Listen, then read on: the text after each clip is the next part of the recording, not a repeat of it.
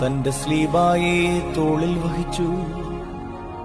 സങ്കടത്തോടെ തന്നെക്കുറിച്ച് കരയുവാൻ എബ്രായ സ്ത്രീകൾ കൂട്ടമായി കൂടി.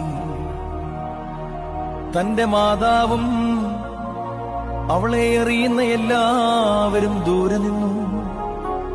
മാതാവ് വലിയ സങ്കടത്തോടും ദുഃഖത്തോടും കൂടി, എന്റെ പുത്രാ, നീ എവിടേക്ക് പോകുന്നു?